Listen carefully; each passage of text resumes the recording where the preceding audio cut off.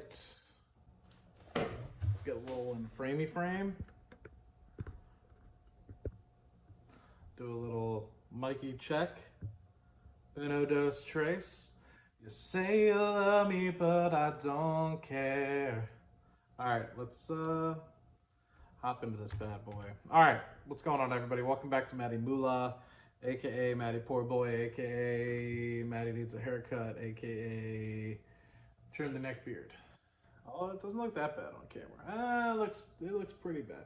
Anyway, hope you guys are doing well. Hope things are going great. We are talking about November income. Let me see. What did I end up with? Sorry. It was pretty good. It was over 10,000 in terms of everything. Dividends not the best for November. Okay, so it's like 16.8. All right. So hopping into everything, thinking about it all, we'll probably be zooming into the computer screen right now.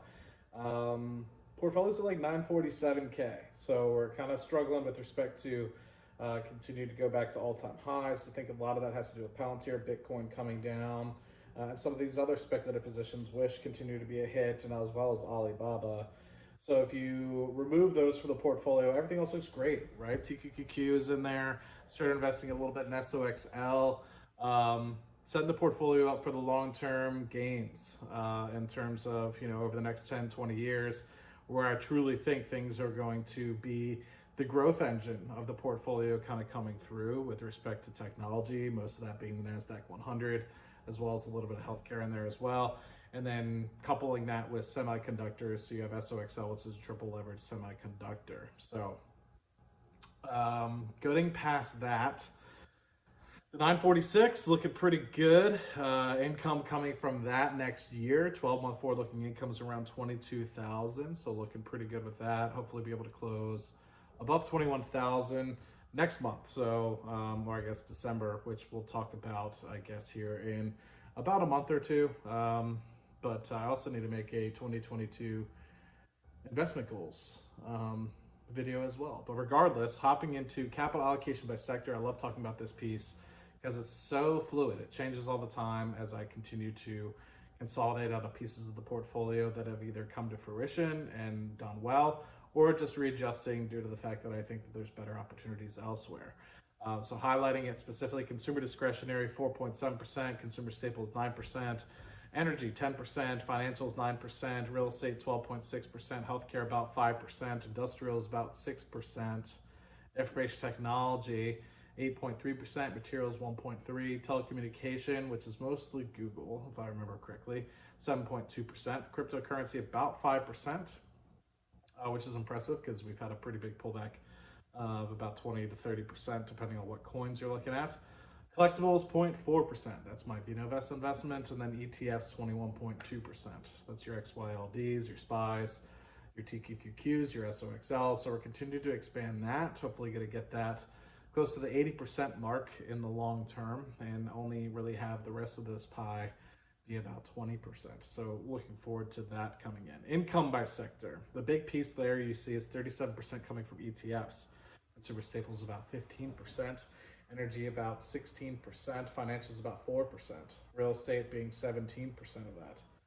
Healthcare 3.9%. That's mostly Johnson & Johnson, if I remember correctly. Industrials 3.2%.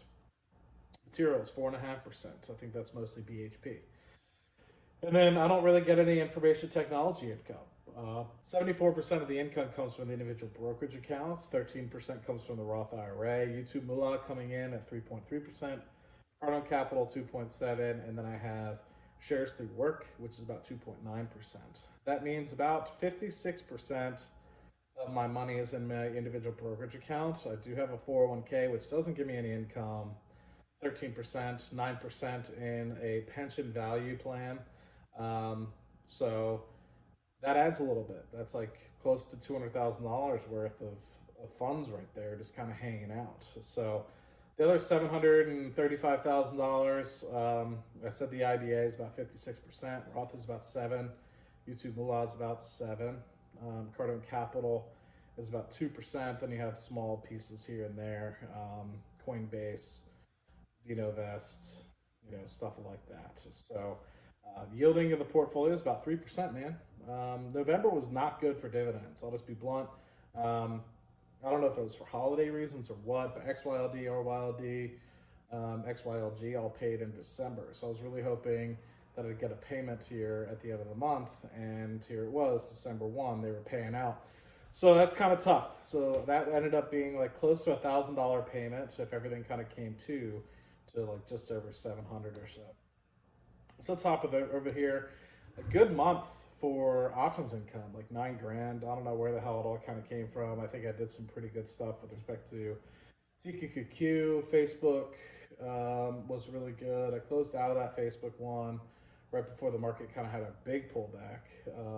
Left some money on the table. I should have sold it a day or two before. I did not.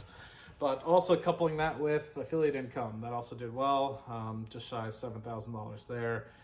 But the dividend income, which is why you guys are mostly here, 782 bucks. Not too great. Let's hop through it. Caterpillar, 113 bucks. Can't complain with that. Continue to also write my cover calls on that bad boy and get the money there. Jeppy coming in with 163 bones. Yeah, Nusi coming in with 187 bones. I sold a portion of this Nusi, put it into Jeppy. So that's why there's a drop there. Oh, Realty Income, $107. Continue to like that, going from $101 to $107 over the course of the past 8 months, 9 months or so. That's awesome. Stag Industrial doing the same, 68 bucks, and it's slowly gotten myself to 75 bucks a month. So that's pretty cool. Can't complain with that. And where else we got? Nusi again in the Roth IRA, 80 bucks. We had some good payouts from Nusi and a lot of those other companies this month. General Mills, I haven't even checked on that in a while. PG combined with that, it's about 5 bucks. I need to check on those. It's been forever. I don't even open the account. It's like a $2,000 account. Yeah, I need to. And then you have Cardone Equity Fund 5. So really short video in that respect with the dividend payments. Next month though, looking pretty healthy, about $2,000 worth of income coming through the portfolio. That is not accounting for if there is potentially 2 payments from XYLD and stuff like that in December. I don't think there will be. I think that payment will probably be pushed at the end of the month. It'll probably be pushed to January, just like it was in December. But we'll see. I don't know. It's curious, but portfolio's really changed, man. From 2020 to now. I should probably kind of make a video about that as a whole. Dividends are going up. That's definitely for sure. Probably close out at 21,000. Last year it closed out at like 14. So yeah, like 14,000. So we're up 50% or more in terms of dividend income. So you can't complain there.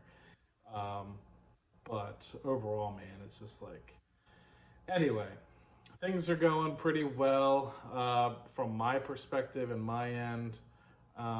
Continuing to do extremely well overall with everything. Just continue to do really well with everything. And the YouTube's kind of dropping off. Please be sure, if you guys could, to just subscribe to the Twitter, subscribe to the Facebook, or not Facebook, just subscribe to the Twitter.